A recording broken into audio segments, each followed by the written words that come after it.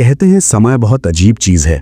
जब हमारे पास होता है तो उसकी कोई कीमत नहीं लगती, और जब हाथ से निकल जाता है तब समझ आता है कि वही सबसे कीमती था। ये कहानी है अमित नाम के एक साधारण से लड़के की, जो किसी बड़े शहर का हीरो नहीं था, बल्कि बिल्कुल हमारे आपके जैसा था।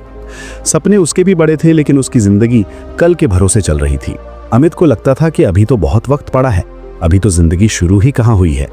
सुबह देर से उठना उसकी आदत थी। मोबाइल हाथ में आते ही समय कैसे उड़ जाता था उसे पता ही नहीं चलता। कभी रील्स देखते हुए, कभी दोस्तों से बेवजह बातें करते हुए दिन कब शाम बन जाता था उसे एहसास ही नहीं होता। और जब घर में कोई समझाने की कोशिश करता तो वो मुस्कुराकर कह देता कि टेंशन मत लो, अभी उम्र ही क्या है, सब हो जाएगा। उसके पिता एक छोटी सी दुकान चलाते थे। रोज सुबह समय से निकलते, पूरे दिन मेहनत करते और शाम को थके हुए लौटते। चेहरे पर थकान होती, लेकिन आंखों में उम्मीद रहती। कई बार पिता अमित से बस इतना कहते थे कि बेटा, समय बहुत तेज चलता है, जो आज है वही सच है।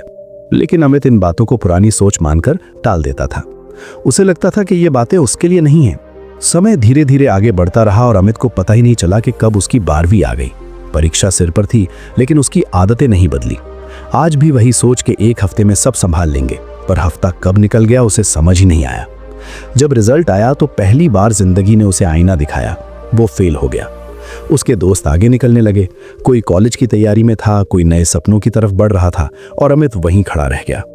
उस वक्त उसे थोड़ा बुरा तो लगा, लेकिन उसने खुद को ये कहकर संभाल लिया कि कोई बात नहीं, अगली बार देख लेंगे। यही सोच उसके लिए सबसे खतरनाक साबित हुई। समय यूं ही बीतता गया, ना कोई साफ दिशा, ना कोई ठोस मेहनत, बस दिन निकलते रहे और सपने धुंधले होते गए। फिर एक दिन जिंदगी ने उसे एक और झटका दिया, जब उसने अपने पिता को अस्पताल के बिस्तर पर देखा। डॉक्टर ने बहुत सामान्य लहजे में कहा कि अगर समय पर ध्यान दिया जाता तो हालत इतनी नहीं बिगड़ती।